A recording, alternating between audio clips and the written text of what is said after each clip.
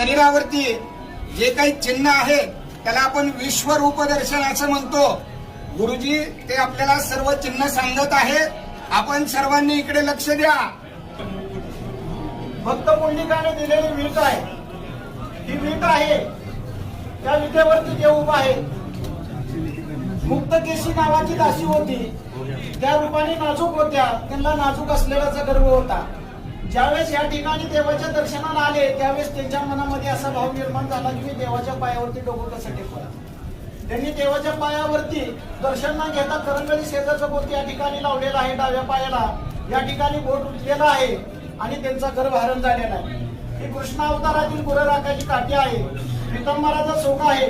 डाव्या हातामध्ये शंख आहे, उजव्या हातामध्ये कमल पुष्प आहे, कमरेला वासनी वेलाचा कळतोडा, अर्धांगी रुक्मिणी मातेला बसण्यासाठी दिलेली जागा आहे. ब्रह्मदेवाचे जन्मस्थान नाभी कमल, भृगुर्षिणी लात मारली मुकुलांचल, गळ्यामध्ये कस्तूरमणी आहे, मकराकार कुंडले आहेत, शिवाकार मस्तक आहे. कुंडली